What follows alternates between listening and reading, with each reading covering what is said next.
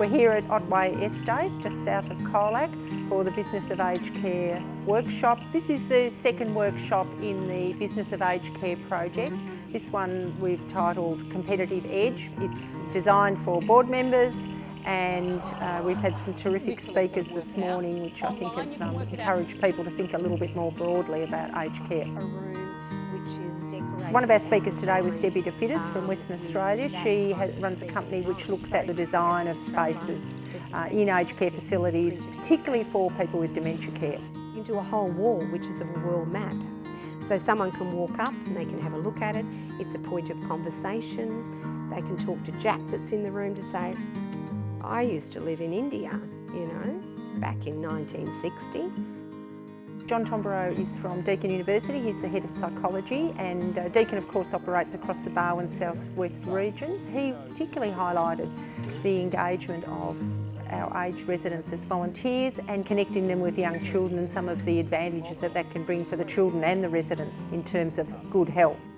We like to benchmark ourselves if possible with what we find to be the best. And today we're exposed to that information and those experts that are able to provide us with insights that we wouldn't otherwise get. So the discussions that we'll have back at the board table will be better informed and come to better decisions because of today. So what you need to do is choose. Dee Madigan works in advertising. She's worked on the Gruen transfer, and she ran a workshop within the workshop on marketing in rural areas.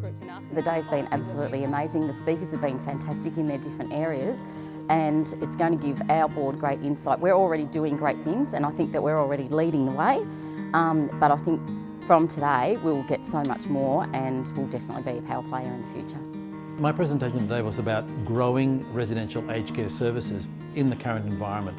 And what I've touched on as key messages are the importance of getting back to the basics, of managing things like quality and time and cost in your business to deliver a bottom line. Because if it's not sustainable, then you really have no basis for growing.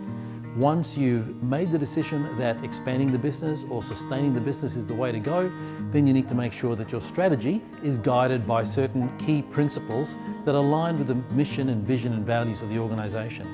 And then of course, thirdly and most importantly, focusing on understanding the customer's needs and the customer's wants.